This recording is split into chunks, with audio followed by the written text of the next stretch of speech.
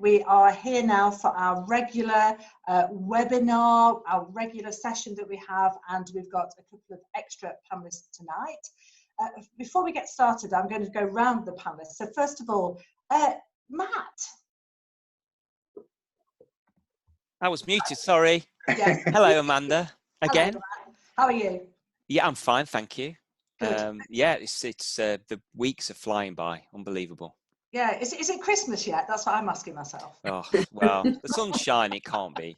Not all bad, is it, I suppose? Loving the hair, we'll talk about that in a bit. But, very nice, very nice. Carl? My name is Carl Tring-Willis, Community Development Manager at Derby City Council. I'm working as part of the COVID Response Hub. Brilliant, thank you. Kath? Hi, Kath Mitchell, Vice-Chancellor at the University of Derby. So delighted to be with you this evening, Amanda. Lovely to have you, thanks. It's lovely to see you. So it's been so long. Helen? My name is Helen Kennett. I'm in charge of UK Government Relations at Rolls-Royce. Great to be here. Yeah, lovely to see you again, Helen. I was looking at me going, who are you? I've got no idea. That's what lockdown's done to us. And then I'm Amanda, yes, local MP for Derby North. And then Sophie? I'm Sophie. I work for Amanda in her office. I'll be asking the questions today. Wonderful. Thank you so much. It's lovely to see you all. So Sophie, what's the first question we've got tonight then? So we have, how are people in your work-related community dealing with coronavirus? Oh, that's a good one. Shall we come to you first, Carl? Oh, brilliant. Well, I mean, it's quite a wide question. I think I'll perhaps pick up on, how the council are working differently. So we've been, obviously, a lot more people are working from home. A lot of people have been redeployed into different areas. We'll have seen on the City Council social media feeds where staff have been upskilling to then help out with the waste collection. Some of the people who usually look after green open spaces have been deployed into other areas. So I think we're coping in a sense, in many ways, a lot of the previous kind of elements of the council have collapsed and we're working much more linear. So people are mucking in and getting involved in other areas of the business which are in different parts of the council. So it's been really positive in that respect, that people have been learning new skills and meeting new members of staff that perhaps have worked for the authority the same number of years as they have, but have never really crossed paths. So it's challenging, but I think everybody's kind of really uniting behind the effort and working in different ways and doing different things. That's really interesting. So, and what about yourself, Helen? Because clearly, I know you've got a massive impact in terms of where we're at in Derby, really, with Rolls-Royce. Yeah, sure. So I think I'd like to answer the question in two ways. One is about the way in which we are operating and the way that we have operated throughout this crisis. And then I'd like to talk a little bit more about the people business impact. So the situation is that obviously for the people who can work from home, who are office based, then we've been doing that. And there's been a massive surge in people who have been working from home.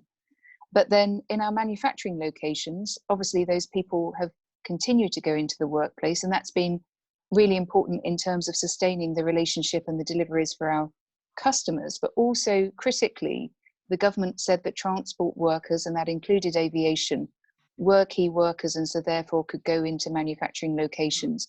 And we've supported our teams in doing that because they obviously wanted to make sure that they had the right guidance in place, that they knew that the social distancing was going to work. So we did a couple of weeks ago take a pause in our operations for a week so that we could talk to our unions and our employee reps to make sure that everybody was comfortable. And then we resumed operations. I must say that that was just in our civil aerospace business, but we've also applied the same rules across our defence business, which obviously includes the Rainsway site in Derby. So we've been very clear in talking to our people to make sure that they feel comfortable and confident in the arrangements in the way in which they still work at our sites, and obviously to make sure that our people at home have got the right equipment to be able to work properly from home. And then in terms of what this means for our people around business impact, and I'm sure we'll talk about this a little bit more, there's obviously been an unprecedented impact on Rolls-Royce from the situation that we're in at the moment.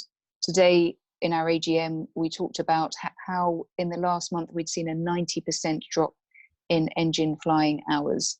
And you just need to look at the skies to see, obviously, that planes aren't flying, and that's going to have a massive impact on the company when 51% of our revenues come from civil aerospace. So maybe we'll talk about this later, but there's obviously going to be, unfortunately, a people impact. There have been some media rumours around the size of that impact. We're not in a position to confirm numbers yet, but what we have said is that we are going to be talking to our people before the end of this month, and we'll obviously make sure that everybody in Derby understands exactly what that means at the point at which we can provide some more detail. And Helen, it's great to have you here to come. I know we were going to have James Lewis tonight, but you very kindly said, given the AGM today, that you'd come. So I just really want to appreciate that. I think we will have some questions, and I'm going to particularly come to Matt and Carl on that as well. But Kath, have you got any? How is the university going at the minute? What are you doing? Yeah, so we had sort of 3 days to move from an on-campus provision to a remote learning provision for all of our students. I think we managed it brilliantly, actually. The teams were absolutely fantastic. Staff cooperated brilliantly. I think it's, we've had to put quite a lot of support in for students to engage effectively with remote learning. And what it did tell us is quite a lot of our students didn't have all of the technology at home. And so we've shipped computers out to across the world, actually. We've had a setup that we've made sure that all students have got the right technology so they can engage with us. And that will make us think differently as well about the future, about the learners that we have, because they do need that technology to be effective, whether they're on campus or not. So that's been really impactful. Staff have just been brilliant. We've worked to look at how we deliver all of our assessments now online, because clearly we're not having exams. I think staff have adapted really, really well. We've just done a staff survey, which I think was quite brave. We did a pulse survey, so just going through the data on that. But what has come out overwhelmingly is how staff have supported each other and students so effectively.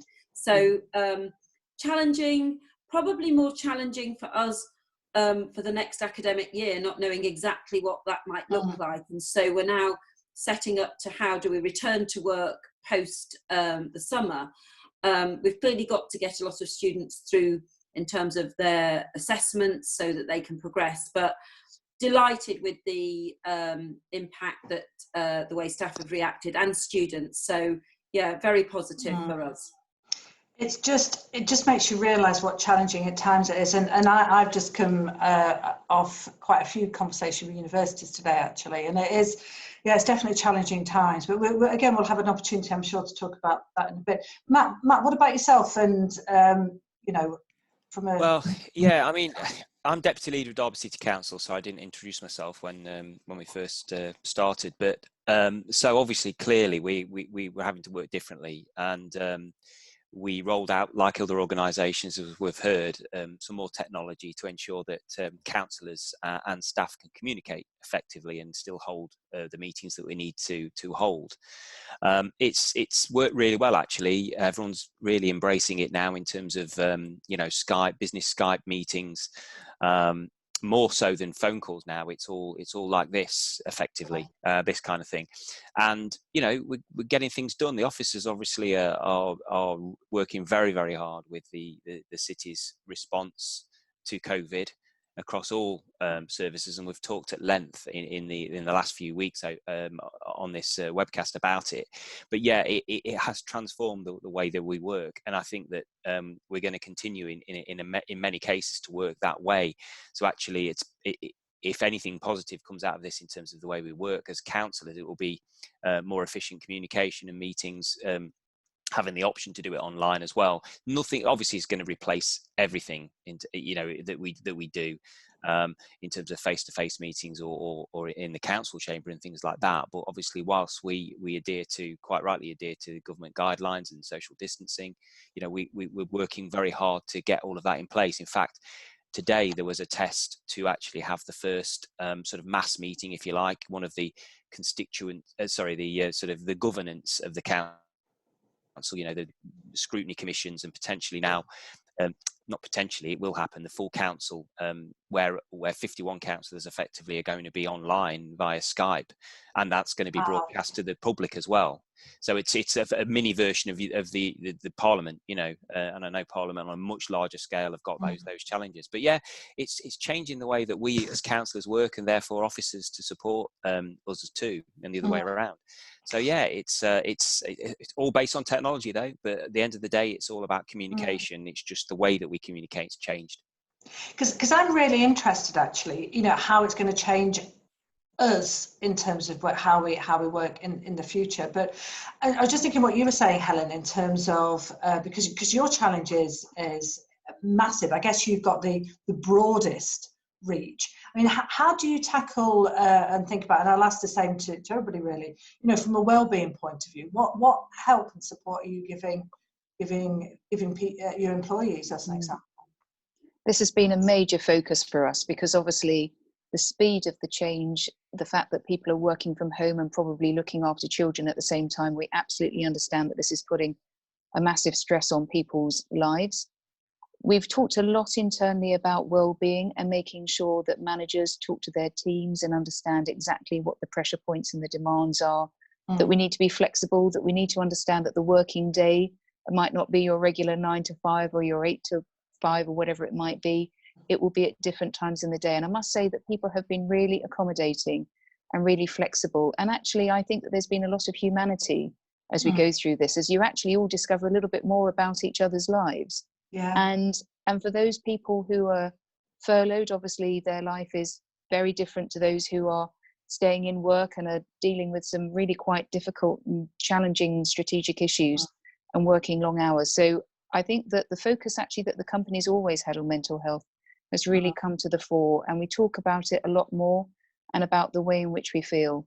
And that, I think, is going to be one of those things that will probably be a legacy of this situation, is actually just recognizing how work and home life interact, and how we just need to make sure that there's a bit more balance, and actually how technology can mean that we can do our jobs in a different way, but mean that we can have a bit of family time as well. But it's been a massive factor for us, especially as there are so many people who work for us, and also a number of those jobs are not jobs that can be done from home too.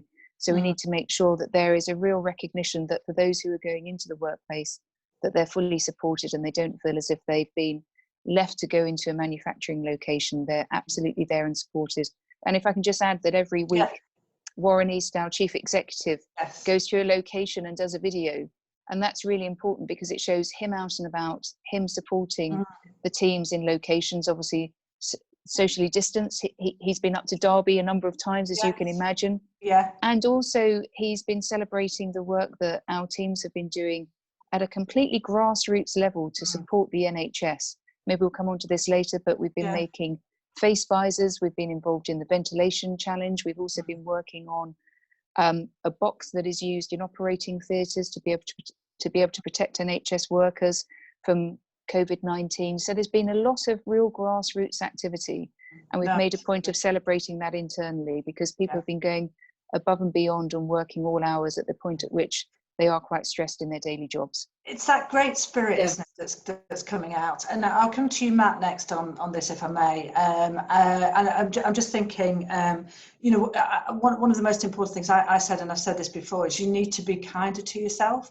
And I quite often have Alan, my little dog, sort of sat here. Nobody can hear him yapping in the background. He's going, it's time for my walk. And I'm thinking, normally you'd be thinking, oh, be quiet. But actually, we're just getting used to that, I think, now. I think we're being a lot more accepting, hopefully. But Matt, what about yourself? You know, well-being for everybody, for you, family, etc. Well, yeah, I know it's a struggle for everybody. It really is. And I think, as I said before, you know, I'm very busy with the council and my work, because I work in the NHS as well. So I'm keeping myself busy doing my 2 jobs. But as we've said before, that's not the case for everybody. Well, there's 2 factors to it, isn't there? There's people who are very busy doing the jobs, and that has extra stress because you're doing things differently and maybe more work on different ways, and it's a little bit more stressful because it's a completely different way of working in some cases. And on the other hand, there's people who are very frustrated because they're self-isolating because of underlying health issues, the elderly, of course. But then there's a heap of people that are currently furloughed. and that just came from nowhere, really. And it wasn't a situation anyone imagined they'd be in. And so it's how do you deal with that? And I think we cannot underestimate the mental health of everybody at the moment. And I've done some. There's some work going on today, actually, that I've supplied a video for, and you'll hear more about it when it's published. Really, a real positive message about how the focus does need to move towards support. Well, it is there. I'm not saying it isn't, but we do need to understand that it is having an impact on every one of us, whether we know it or not. But some people are struggling, and I think as we move out of this, there's going to be a legacy here for a fair amount of time, whether it be still restrictions and different ways of working for a fair amount of time, I would imagine, but also even when this is relatively all over, I think there's still going to be an impact that's left behind. And I'm no expert in this area, but I think that there's going to have to be a lot of focus on it to help people, really. And it's certainly being given thoughts to. I mean, Carl, you're on the front line of all of this. What are you saying? Are you saying, we spoke on the first week about this, and we're now, is it the 5th week we've been doing the Zoom? How has that changed? Has anything changed? I think, we've spoken before about actually how teams are working better together, so suddenly the team that you worked in before has just expanded. So, people are getting to know different people. So there's a great kind of team ethic, lots of people pulling together, and that actually sustains an element of well-being as well. We all feel like we're in this together. So there's some positive energy in that sense. But yes, we're obviously... I was going to say, people you're seeing, because and I know you've got this amazing area called the ward coordinators. Yes. And they're going out and interfacing with people who are scared. How are you noticing people are more scared, less scared? I think, we continually monitor from our staff's point of view. We have regular check-ins because, some of our colleagues are dealing with, quite challenging and difficult situations. And also trying to source solutions to problems that, are quite unique and very specific to the COVID response. And from a staff point of view, we've got a cohort of mental health first aiders across the organisation. So they're checking in with colleagues on a regular basis. Managers are doing regular check-ins as well.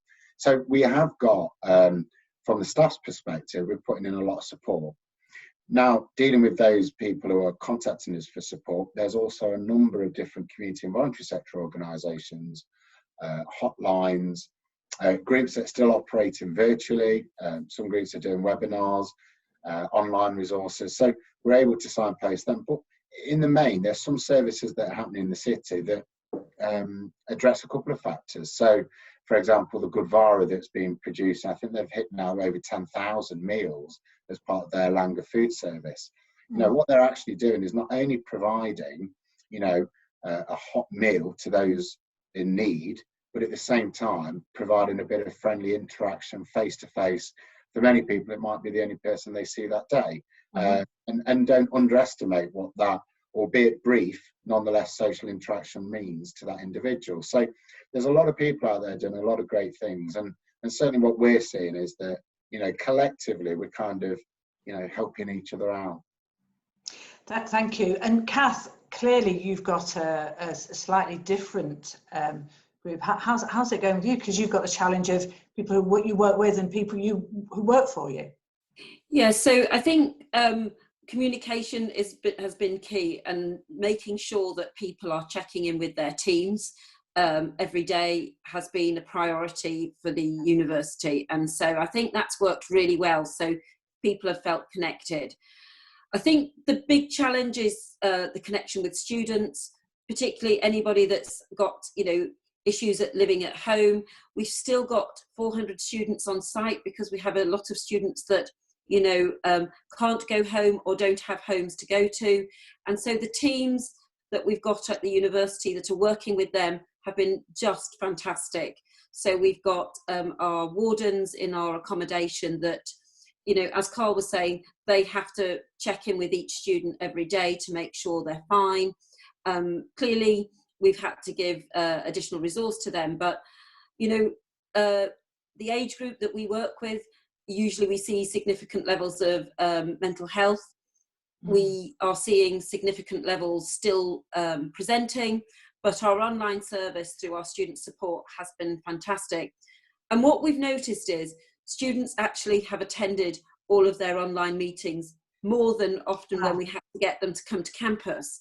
Because actually, I think it's easier, particularly if they're, you know, with their families, they can usually make the time that's convenient to them. So there are things coming out of this that I think we can see better practice. You know, I did my own staff briefing the other day, and it usually, I go across all campuses, it's about 12 hours of my time.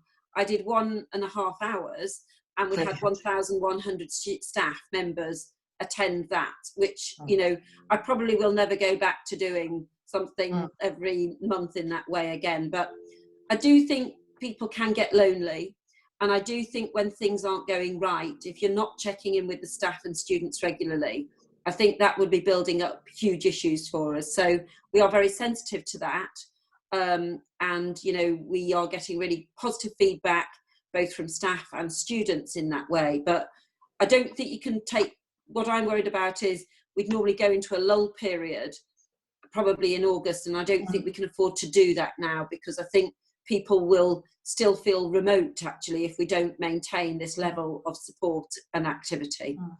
It's really interesting what you say, actually, because I had a meeting the other day in the department with, there were 1,000 people on, and actually I think anybody who's watching does feel as though you are talking to them. So I think it's a great mechanism. And you mentioned about Warren as well, and I'm just thinking we have to get Warren on here in a couple of weeks' time. Maybe he'll zoom in and come into our little chat. Would be great. So, Amanda, so do you know when we first started this? When we first started this, you see, we weren't quite sure how the format would work or whatever. But actually, for me, it's half kind of something to watch and a bit entertainment, a little bit lighthearted. Obviously, we talk about some topics that aren't, but it I don't know. I think it's definitely got a different kind of flavour than I thought it would have. And actually, you know, it does connect people, even you know, just by watching it. It's useful, and I think it's shown us a very different way of communicating. We would never have probably done this, certainly, you know, without COVID at this point in time. But actually, I think it's a fantastic format moving forward for all sorts of organisations, whether it be, you know, in politics or businesses or public services or whatever it might be. It seems to be a really good way, a really good platform of interacting with people, even though sometimes it's quite one way. It's really interesting you say that, and there's been two significant things over the last 10 days. One, I've been virtually voting, which has been quite fascinating, on my iPad, and you know, the first one was a test, and it's like, oh my goodness, I can't miss it. And I was saying to Sophie, let me know when it is. It's like, because you're being whipped at a distance, even though you weren't really there.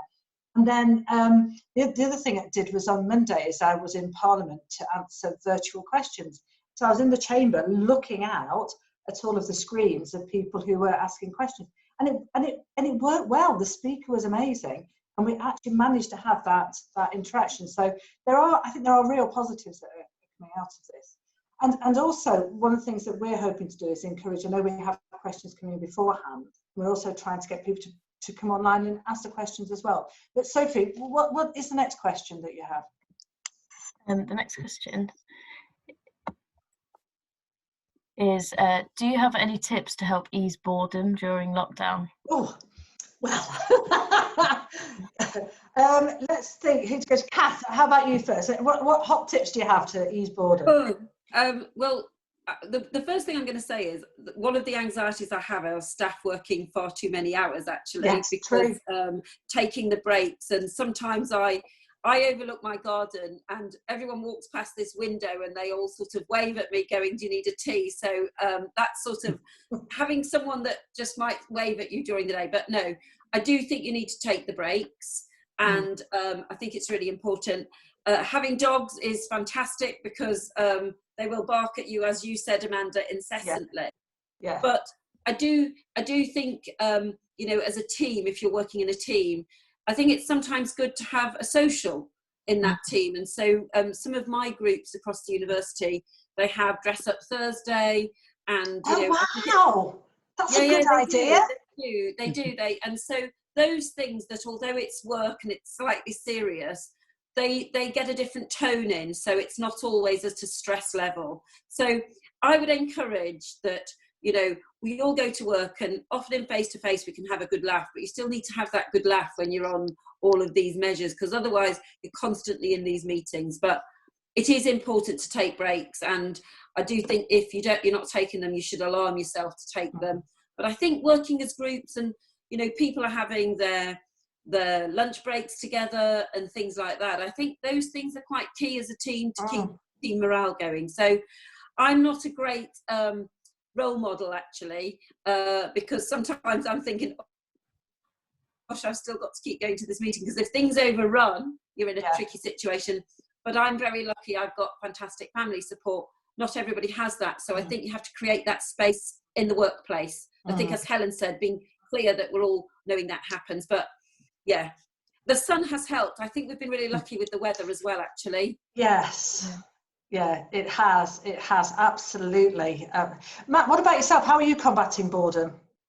I'm watching a lot of Netflix and YouTube and catching up on things. And I think quite regularly as well, we set off, FaceTime or WhatsApp video chats and everything, and silly games. Like we had a round of Bruce's, what's the one with the cards, higher or lower? I can't remember what the name of the Price is Right. No, is that's it the price? Is it Play your cards right. Play your cards right. Play your cards right. That's it. Yes. Yeah. So we had a good round of that, and before you know it, there was about 6 of us on the old video chat, and we were taking it in turns, having a good old laugh. And also I've heard of people just taking up a little bit of a hobby that they've probably wanted to do but haven't done. David from our Michelova, he's been painting stained glass windows, believe it or not, from home. Wow. Yeah, he said he did a course ages ago, and he's just not got round, because he's a really busy man. He still is. He's helping in the community with deliveries, but he told me, he's painted a couple of stained glass windows. Wow. Yeah, so I don't know. It's just jigsaws or whatever you want to do. Just take some time out and just enjoy it. If the weather's great, you can go out in the garden or whatever and do that. So yeah, I just think just use your imagination and do something, but you shouldn't, and if you are a little bit lonely, then just pick the phone up, or a phone call or a video chat or whatever. It really does lift your spirits, and before you know it, the night's gone and you've had a great laugh with some friends and done all sorts of silly stuff, and it's it just keeps you going. I guess no, absolutely, and there's some great tips in there, and there's loads of things that can occupy. But I just think I phoned my auntie, and she's over 70. She's in that vulnerable bracket, and she's almost at the point because she's quite scared, obviously, and she's been self-isolating for a long time now. And I spoke to my dad today, and he was saying he's just fed up. And he really is. And he loves his TV, he loves his own company. He sat there, with his pipe and just watching whatever on old films, which he loves. But he is actually getting to that point of loneliness, I guess. And Carl, what can we do? Because you're, again, this is the kind of thing that you deal with, really. Yeah, and we've been saying all along, the first few weeks, it might seem, not unusual. As the lockdowns continued, I think, increasingly we've seen people reaching out to us for our befriending service. So it's been great to actually connect people. We've had some wonderful stories, particularly this week, one of which was in the Derby Evening Telegraph, with regards to where we've connected two people in a local community from a request for assistance with shopping. That's now snowballed, and the volunteers making weekly sandwiches, and that's a relationship that will continue long after COVID. And so we are saying to people, if you are at home, if you are feeling a little bit down, a little bit isolated, give us a call. The phone number is 01332 640 000. I know this number. I know it well. I still get £1 for every time I say it. And, am I on the payroll yet? But, you know, please do give us a ring. You know, we can connect you with local people in your neighbourhood. It might be a befriending by phone now, but, you know, once we come out of this, you know, the example this week was that they're really looking forward to when they are able to loosen the lockdown, to actually take this individual out for the day. You know, so we're seeing new friendships blossoming. So yeah, it's really, you know, if you are bored, if you are feeling isolated, you know, it works two ways as well. You know, reach out, phone that friend that you've not spoken to for such a long time. You know, and we've all got them. You know, you keep meaning to give them a call and you don't. Now's the time to reconnect with some of those friends that you've not seen for a long time. And yes, I know we keep talking about the garden. I mean, everybody who knows me knows I'm a keen gardener. But, you know, there are people who don't have gardens, and we have a number of people in the city living in apartment blocks. You know, but there is, you know, still a lot of joy in growing something in the windowsill. You know, so we can all have an internal herb garden, get the kids involved in it as well. But yeah, just be creative and a little bit crafty. But yeah, and also there's lots of tips on social media. And we have just shared some more on Community Action's social media around how to keep occupied during the lockdown. So have a bit of a Google around, have a look at what's out there, and just try something a little bit different. I really like the idea of, from a gardening point of view, and I'm just wondering, Sophie, if we can just get some seeds, if somebody would donate some seeds or sponsor some seeds, and we could get those. I think that's a brilliant idea, actually, Carl. Actually, I'll give a little bit of a shout out. There's a wonderful project in Derby called Green Time, and they run a little community hub on Normanton Park, and they've also got a wonderful community allotment, and they do some fantastic work. And right at the very beginning of this, they're actually posting out to people seeds, and because they came to us and said, could you help us out with some funds for the postage? And so I said, well, you know, how many stamps? And they said, well, maybe just a couple of dozen. I think the last total was around 250 envelopes they've sent out to people who are now growing wildflowers in buckets. You know, everyone's got a plant pot somewhere. You can fashion it out of anything. A cup. A cup, exactly. And there's a lot of joy in seeing something grow as well. I think that's very therapeutic. Well, that's what I'm thinking. Cress, you could do. I'm just thinking we could get bits of. Oh, you give me an idea. Sophie's looking a bit scared, I think. Oh, Madda's hatching another one of her ideas, because I do have lots of ideas, as you'll see if you follow Facebook. She does. In terms of Gordon. Helen? Hello, hi, sorry. Sorry. Yeah, so just to touch on the gardening theme in the context of this question, I completely agree. The place that's my temporary office, but it now feels like my permanent office, is the dining room. And this is where we put the pots of the seeds that we're trying to grow into plants. And actually today I noticed that my sunflowers are starting to come through. And what I did a couple of weeks ago was that I did give my parents, obviously at a socially distanced distance, some sunflower seeds in a pot, so we can have a sunflower growing competition, albeit the fact that they're in their house and we're in our house. So that's an idea. But I've got an offer, actually, something for free from Rolls-Royce. In this last week, we have put online all of the digital courses that we have developed. So this is a free resource for anybody. If they go into the Rolls-Royce website, you'll see our Digital Skills Academy advertised there. And these are courses that run from basic introductions to data science through to coding. They are there for everybody. Brilliant. And the idea was that during lockdown, when people might be wanting to either develop a skill or are looking for something for children to do, those digital courses are there. So that's a little plug for me if anybody's getting bored. That's a brilliant plug. And Sophie, can we make sure we put that? Have you got a link for that, Helen? And we'll make sure we pop it on when we do the Facebook, and we'll and make for sure Carl seeds. So we can, if somebody needs to get in touch to have some seeds posted out, then we can sort that out as well. Yes, and seeds. We'd like some seeds. Kath. Yes, and I should just add, we have the MOOC, so Sophie should put that, and they've been absolutely inundated. But I think it's good that people are actually at least using their brains differently, aren't they, during this time? Yeah, absolutely. Sophie, we're running out of time. I didn't realise the time. What's the next question, please? So the next one is, what local services are opening soon, such as libraries? Oh, Matt, I think that's got to be one for you. Yeah, I mean, obviously for all organisations, whether they are public or private, the challenge is going to be in the weeks and months how we start to restart some kind of normality.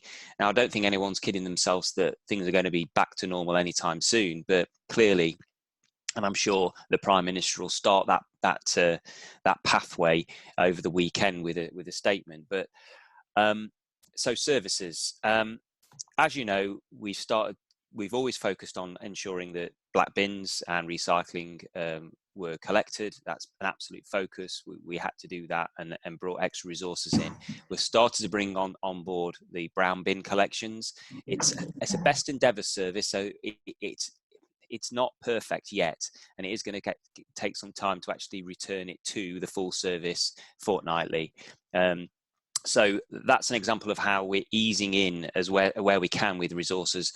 And the big issue is, of course, social distancing and all the other guidelines, adhering to those to actually ensure that we can bring services back online. Libraries, well, the council teams have been working really hard to find a way to have access to our community libraries during with the current guidelines and the future guidelines, and that work's ongoing, and absolute assurance that when we can safely do that, we will. I know that there's hopefully, fingers crossed, there's an imminent announcement about the home delivery service, because that I think is something which is very close to be able to be re-established. So it's very challenging. I mean, when you look at Rainsway Recycling Centre, we want that open. That absolute fact, we want that open, but we can only do that when we have a safe way of working, and it's a huge challenge for every local authority to ensure that when we do open facilities, that it's managed in a way that isn't overwhelmed, and also is allowing people to visit that or use that facility or that service whilst ensuring social distancing and all the other guidelines as well, not just for those visiting but the users, but also for the staff too. So it's a huge challenge, but there is going to be positive news. I'm the meetings that I've had, I really am confident that we'll have some news on Rainsway in the next week or so, and same with the libraries as well, and a pathway. And it's the same for all of these front-facing services. I know there's been meetings this week as well with regards to some of the other council facilities or related facilities in the city, having some kind of plan to reopen fairly soon, but it will be in a limited way in terms of ensuring that we adhere to those guidelines. So it's not going to be easy, and nothing's going to return to normal straight away in any kind of industry or leisure, especially leisure in some cases, across the board. It's a big challenge. Yeah, and I think I heard, I don't know whether it was you on the radio or Chris or someone saying that basically what you don't want to do is exactly as you said, overload. So it's about working with other councils as well, because clearly if Rainsway opens and nobody else did, you can just imagine what would happen is everybody would be there with all of their, with everything. And I've certainly got on my front, I've got all these bush, I didn't know I had so much foliage that could come out of them. I mean, can I just say on that, just finally on that, just to thank everybody, thank residents across the city. We know it's tough. The brown bins, if I give an example, in my ward of Micklehove, where I'm a councillor, it was the first ward, or one of the ward areas that had the service returned this week, and it's very difficult. The team got around, and we didn't do anything but be honest about this. You know, it's likely that streets are going to be missed and they'll have to be returned 2 weeks later. About 65% of the areas that were collected on Tuesday were done, which obviously leaves 35% that weren't. And we're just asking, and we are getting in the round a response from residents, which is fine. It's patient. We know people are really desperate to get that waste taken away. Everyone's gardening, but we just need people to be patient as we get this service back on its feet, and it is going to take time, but it is frustrating. We know my bin wasn't collected; it's full, like many of my neighbours on my street. I'm going to have to wait less than 2 weeks now to have that collected. But I'm afraid this is what we have to be dealing with at the moment. I'm going to Everyone needs to just be patient. We've had a question. I'm just looking, just come up on the screen because, as I say, most of the questions are pre-submitted. I'm just going to praise you. We've had a couple of questions very similar, and I think it's relevant to everybody actually.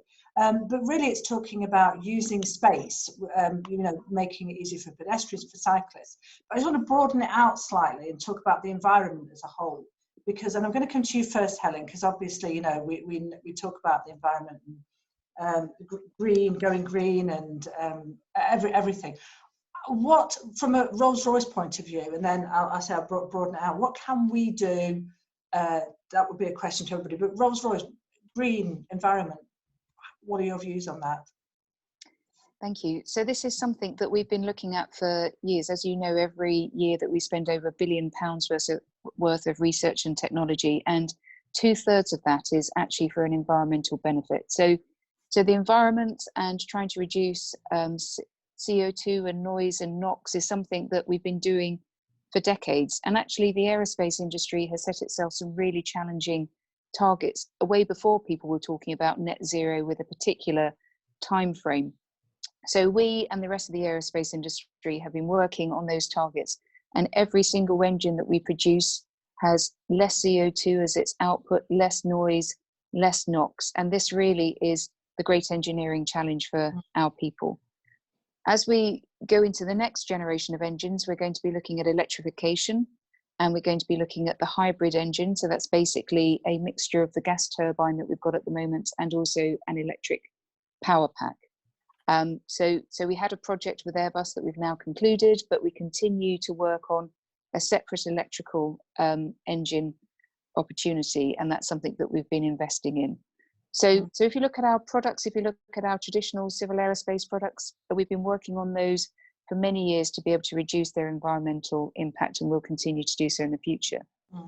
And then if you look at future needs around things like low carbon power, we've been championing and working with the Department for Business on small modular nuclear reactors for quite some years. And nuclear obviously has a minimal CO2 footprint, and we see SMRs, as they're known, as being a future opportunity for us, a future opportunity for the UK. It will be a fantastic export. So low carbon issues and issues around the environment are absolutely fundamental to our product portfolio, but also to the way in which we operate. And we've set ourselves really challenging targets. So by 2030, so in 10 years' time, our operations are going to be net zero. And the way in which we do that is to look at our energy use on site, to look at our sources of energy, to look at whether we put solar panels up on our roofs, which is what we've done in a number of our sites. So we're challenging on ourselves, and we're challenging on our products. And so that is the reason why we think that we've got a confident future as a low carbon technology company. And it's fascinating, obviously, as you allude to, I work within that department and looking at fusion and different kinds of energy. There is so much opportunity that we have. I'm just going to come, because time is really running away, but one of the things I just want to talk about, Kath and Carl and Matt, really is locally in Derby, is that we had this bike scheme, I remember, and it didn't work. And Matt, I'll come to you last because I'm sure you can give some clarity. But is there something you could be doing, Kath, or your students? Yeah, I was going to answer the question in two ways. One is really transport is quite a big issue in Derby, and we have probably too many buses going around our city, and we need to both work with the city and the large companies in order to what that should look like. But our students use that bike scheme massively, and we've just won another award, I think, with Derby City Council, haven't we, that we have got new monies to relook at and relaunch a bike scheme. So that has just come in, I think, this week. Well, I know this week. I don't know why I said I think. I know it has. So that is really critical to me, because we don't really want people on buses. And the other bit then is, how do we regenerate the city so students aren't... So our library is mainly at Kedleston Road, but our students live in the city. So another thing is about our new builds in the city that we still really want to invest in, and that's a challenge, but we think we can work with the city to do that. But again, that will be around how we can get students sort of engaged in the city, and they won't be moving around needing buses, and actually making a, pollution, I think, across our city in very narrow roads and across. The other side of that, though, is the role we can play with innovation. And clearly we're part of the NEMRC project at Infinity Park with Rolls-Royce and a whole group of universities, but working with Sheffield, now working with Birmingham. We see that actually Derby is a city that has all of the industries. We've got Toyota looking at hydrogen, we've got Rolls-Royce looking at all the fusion products. We really need to, I think, be a model city on how actually we could demonstrate and move forward. And we're very keen as a university to be part of that innovation group. And we know we need other universities with us, and we've got Sheffield now, and we've got Birmingham and Loughborough. And we think that actually we should be really looking hard at actually providing an approach that we can get to that zero carbon quicker than anyone else. Wonderful. I'm going to come to you last, Matt, and bear that in mind. Just quickly though, Carl, anything to add that you're conscious of from an environmental point of view? No, I think you know, obviously I work very, very close with our community and voluntary sector, and you know, the diversity of the voluntary sector is that there'll be a number of groups working in the city whose agenda is around climate change, who's going to be around sustainable energy.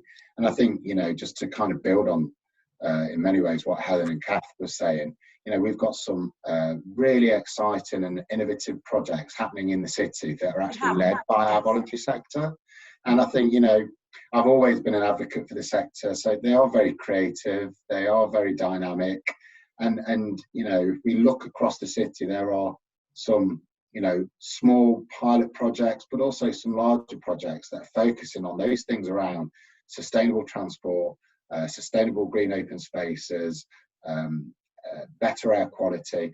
And so I think, you know, we're fortunate we're in a city where we've got the university, businesses, and a really strong community and voluntary sector. They're all focused on that issue. So I'm fairly confident, you know, there'll be some lessons learned from this, which will go into the development of some of those projects. So definitely one to watch. Thank you. So Matt, before I answer the question, just to clarify the question we had before, is it was, I understand the environmental link, but I'd like to know specifically about road space reallocation.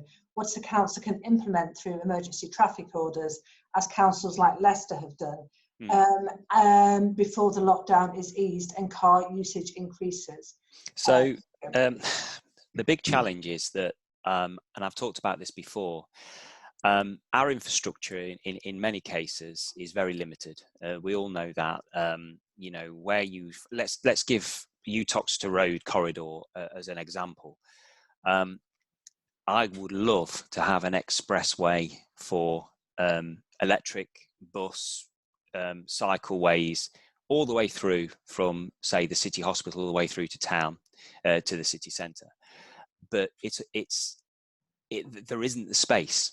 So in some cases, you know, other cities have far bigger in terms of footprint infrastructure to be able to implement some of these things. Now, that's not an excuse to say that we can't look to see where we can make improvements, but it is a challenge for Derby because it's a very compact infrastructure in terms of our footprint as a city. However, we have got, as has been spoken about already, it's about £161 million that's been agreed from government. So we're getting government money as a joint funding project for Derby and Nottingham. And that's specifically to improve cycleways vastly, by the way. This isn't just tinkering around the edges. This is major infrastructure improvements coming very soon. Once we can get over this, we can start really doing the work. New bus infrastructure routes and supporting bus infrastructure and improving it, electrical mass transit, electrical vehicle infrastructure, low carbon and low emission infrastructure, clean air schemes, active travel support, which will include a new cycle scheme, which is being worked up as well. You'll see vast differences to the way that the city centre works, because we're going to have an electric vehicle moving through the city centre, through to Pride Park, to the Cathedral Quarter, across the marketplace, which will allow workers to just hop on an electric clean vehicle to get where they need to get to and back again. there's all of these things to transform and help transform the city. Again, it's not the answer probably that is that's being hoped for in terms of can we do things before we lift the lockdown, whatever that actually means, because I think it will be a gradual thing, and there's going to be a balance there, because on one hand we clearly need to grasp clean air and ensure that we deal with climate change moving forward. However, there's going to be some restrictions in terms of the way that people use vehicles, which actually in some cases may be temporarily increasing the traffic on the roads. Because if you look at potential, I'm not saying I know anything about this, but potential restrictions on how public transport may work, or how business vehicles, vans may work, and it may be that, you know, there'll be less appetite, or even some kind of guidelines that would mean that you have to almost socially distance within a vehicle. That could actually increase traffic. So it's going to be very challenging. But what I would say is the piece of work that I want to start feeding into with all of this agenda is the overarching recovery plan for the city, which is starting now to really get traction. And I think climate change, lower carbon economy, sustainability, active travel, all of these things to help the city find its feet and move forward, and it's going to be a challenge, should be wrapped up in a larger recovery plan. And we could literally, and we will, talk for many hours on many debates once we start moving forward. Brilliant, thank you. Sophie, next question. Yeah, we've got a quick question for Kath. What is the situation regarding graduation ceremonies? Yeah, we clearly won't be able to be holding our graduation ceremonies in a venue which we normally do at the Velodrome.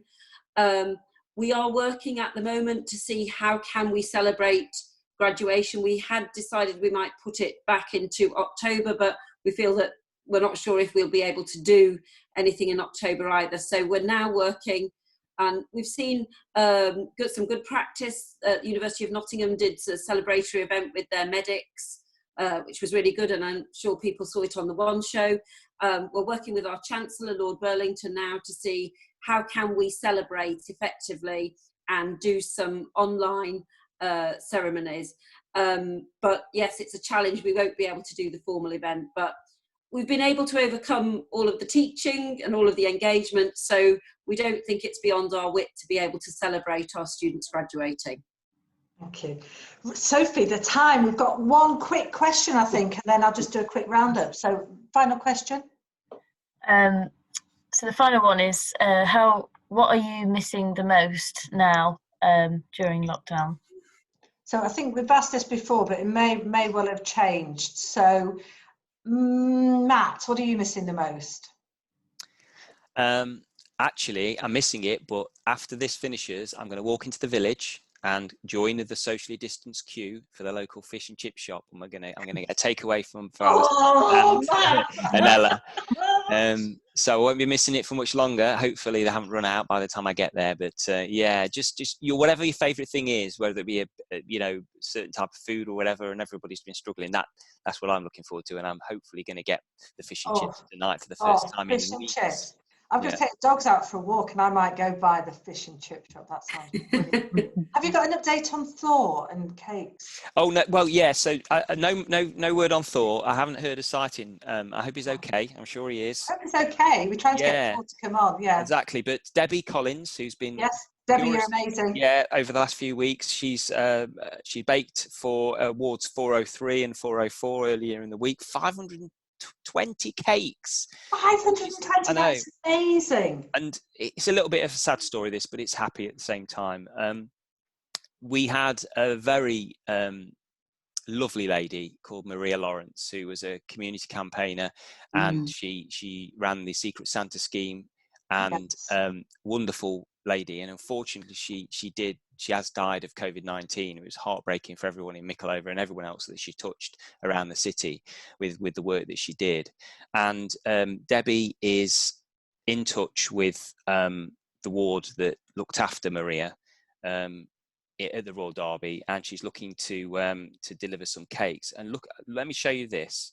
How beautiful is that cake? That wow! A cupcake. They're cupcakes. I'm feeling hungry. I know, and so she's doing some wonderful work, and that's what she wants to get to the ward that looked after Marie Lawrence as well. So she's doing some wonderful things, and I know a lot of other people are. So wow. yeah, Amazing. It's a heartwarming but sad story at the same time. Yes, no, thank you for that, Matt. Helen, what about you? What are you missing the most? I think I'm probably missing seeing my family in person and obviously seeing friends as well. But actually, the thing about lockdown is I'm spending a lot more time with my 2-year-old daughter. Yes. So I get to see her now in the mornings, and I get to see her throughout the day. She'll occasionally make an appearance on a call, and I get to see her in the evenings as well, because normally in the mornings I'm gone before she's up. And so actually, although I'm missing everybody else, it's great to spend some quality time with her, although she knows that I'm boring mummy and I just sit in the dining room all day on the phone. Yeah, oh, that is lovely. No, it's just so precious to enjoy. Kath, what about yourself? So I'm missing seeing friends, but probably the big thing is missing my lovely little house in Duffield, because I'm in Berkshire with my family, which I feel much safer, but my lovely house and my lovely walk onto the river I'm missing. Oh, well, we look forward to having you back soon. Carl, what about yourself? I think for me, the nature of my work is that it's working very closely with residents and communities, and I think at the moment that's been a real difficult thing to do. Obviously, we are working with people who are part of the COVID response, but there's a lot of organisations that we have very close relationships with, and unfortunately we're not seeing them on a one-to-one basis. It is via virtual or by phone. And of course, tomorrow would have been an absolute street party in the city centre and our War Memorial Village. But of course, we'll be celebrating that slightly differently tomorrow as well. So in order to get a plug in, I thought I'd use this as the opportunity. There are some fantastic ideas on social media for how you can celebrate VE Day. That includes setting up in your front garden, social distancing, participating in the 2-minute silence at 11 a.m. And also in Derby, we're quite fortunate. We pre-recorded a special prayer and dedication at the War Memorial Village prior to lockdown. And that's going to be streamed live on Derby City Council's Facebook page at 2:45 tomorrow. And it will include a Toast to the Nation by our Mayor, Councillor Frank Harwood. So please, have a look at the website. Have a look at the social media. You can set a reminder, so it'll trigger on your phone for 2:45 to watch Derby's own very special message, pre-recorded before the lockdown, as part of the city's VE Day celebrations. I've just put it on my notes now. It's in my diary. Sophie, what about yourself? I think for myself, it'll be the freedom of being able to get a takeaway when you want one, or being able to nip to the shop when you want to go. But like Matt said earlier, I've also been doing things that I wouldn't normally have the time to sit and do because I'd be out drinking. So that is brilliant. I'm convinced that my granddaughter, because I speak to her once or twice a day, doesn't know I've got legs anymore, because she's only like 25 weeks old. So she just thinks that Gigi, gorgeous granny, comes in like a little phone box. Amanda, can I ask what's the paint is it a photo or is it a picture behind you? The one with the red border. Yes. So it was the Empire is a movie magazine, and they did from when the Hobbit film came out. Lord of the Rings. They did the 5 rings to bind them, the Hobbit and the Lord of the Rings, and they did 5 covers to cover them. So that is you can see there. That's one of them. I've got old Gandalf over here as well. Yeah, and I've just got the covers and just had them covered. I didn't know you were a Lord of the Rings fan. Well, I just like that. I like. If you watched all of those back to back, you could probably waste about. Well, not waste. You could it's about 10 hours long, isn't it? Yes, like yeah, not waste. I mean, look, thank you so much. So a couple of things I just wanted to mention really quickly. One, it would have been the election today, so I think we're all going to be in bed a lot early. Well, certainly you and I are going to be in bed a lot earlier, Matt, because it would have been normally goes on. Yeah, I would have been up for election today to the good people of Mickleover. Yes, we would have been, what was it, at 7 o'clock? We'd have started to get a little bit nervous now, you know what it's like. And but yeah, this time next year, all being well, we'll be back at the ballot box. Yeah. And I thought about that. I thought, oh, you know, it's yes, it seems a different circumstance. And then, Carl, I was going to mention this as well. You say something really important about tomorrow, about BE Day. And my uncle, great uncle, died the year I was born, and he was an Air Force pilot in the RAF, and he got the DFC, so Distinguished Flying Cross, and he was shot down, and he was paralysed from the neck downwards, so he could never move as a consequence of being in the Second World War. And it does just make you think, doesn't it? You know, and I know it's difficult times, and it is really difficult. And they never thought he'd make it, and he lived to the year I was born. Unfortunately, I didn't see him. But tomorrow, you know, those 2 minutes are really important to remember what these people are. You know, it is emotional, but they did this for us, and that we must never ever forget. So, you know, really important. Definitely not. Absolutely. Final thing, just a slightly is I've got my little scissors here, because we've launched a hair competition, a before and after. And if you know anybody, we put it on our Facebook. It's starting to get populated, and it's quite amusing seeing some of them. Carl, I know your husband's a barber. I'm not sure you can go in actually to the competition, but I do think we should have a before that, because it just looks so fantastic. But Matt, you know, it'd be great to. I've done it. I got my clippers and I did it. I don't think it looks too bad. My wife was laughing at me, and she says, "Well, you haven't seen the back."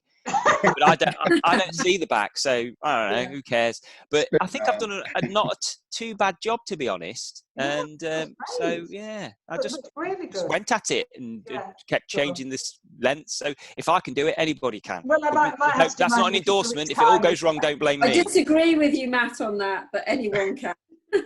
Well, I don't know. We'll see. I mean, they'll probably all go. I've probably told everybody now to go lopping at the hair, and it'll go horribly wrong. So I'll take it back. Be very careful. Well, at least we'll get some pictures for Facebook. Look, thank you so much, all of you. It's been an absolute pleasure. Next week, same time, 6 till 7. Matt and Carl, I know you'll be here. It'd be great to have you guys back at some point. It would be lovely. Sophie, who else have we got next week? Who's the guest next week? Next week we have I think it's James Lewis.